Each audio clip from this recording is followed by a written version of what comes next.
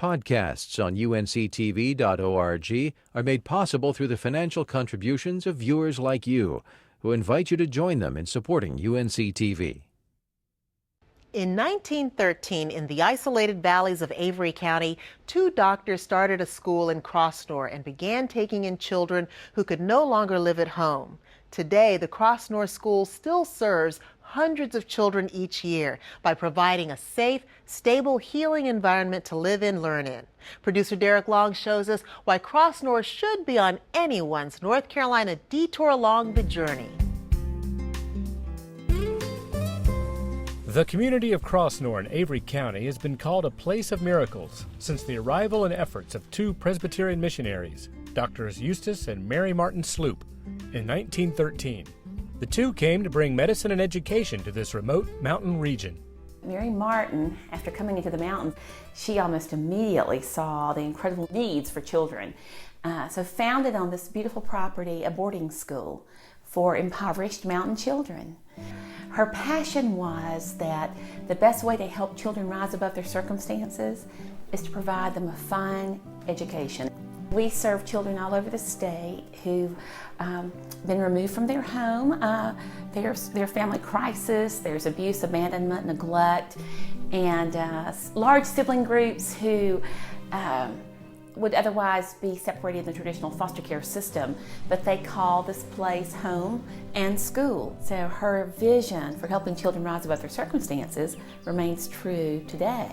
Another of Dr. Sloop's passions was the arts and crafts of the mountain folk. And Dr. Sloop had this passion for the art of Appalachian weaving, and she was so afraid that it was going to become extinct. Dr. Sloop established the weaving room to preserve the art, as well as to provide an income source for families. We call our museum a working museum because we're actually producing our product that's for sale all the time. In 1920, the very first graduate of Crossnore School attended Berea College and learned to weave there. The following year, she came back home and taught the weaving program for the first year at Crossnore.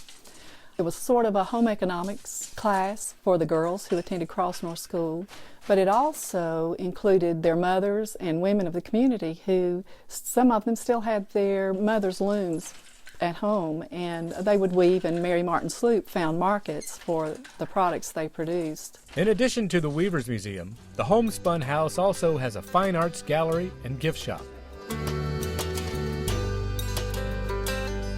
Behind the Homespun House, you'll find a labyrinth and healing garden. And down on the corner, the Miracle Grounds Coffee Shop serves not only fair trade coffee, but lunch and other items. Here, students get hands-on experience at running a business. Another landmark at the Crossnore School is the Blair Fraley Sales Store, the largest resale shop in the high country. Probably one of the oldest continuous operating thrift shops in the state. So quite a great thrift shop. And I think one thing that makes our thrift shop operation so special is it's part of our mountain heritage, and that is you don't ask people to help you until you first help yourself. And so these income entities produce about 18% of our general operating budget, so fairly significant for a nonprofit in these tough times. At the Sloop Chapel, be sure to stop in to see a fresco by North Carolina artist Ben Long. What we wanted here is that when people exit, that they would be able to look up and see Jesus with the children, or Jesus with people, that they would know and maybe leave with the hope knowing there is someone that will never forsake or leave them. And hopefully tying in with our mission here to offer hope and healing for children from families in crisis. The fresco brings to life the scripture, suffer the little children to come unto me and forbid them not, for such is the kingdom of heaven. I've been asked many times, how in the world could a little children's home and school afford a Ben Long fresco? And I said, well, this is a place of miracles.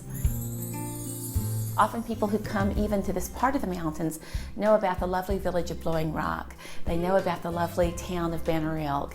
And you can take a 25-minute drive on the parkway, come off a couple of little back roads, and you're here in this tiny little hamlet of Crossnore, a hidden gem of North Carolina, not to be missed. But you'll have to come see for yourself. This is Derek Long for North Carolina Weekend.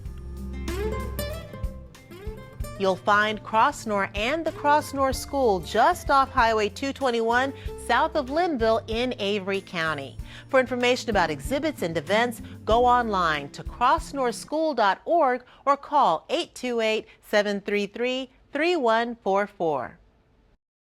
Podcasts on UNC-TV.org are made possible through the financial contributions of viewers like you, who invite you to join them in supporting UNC-TV.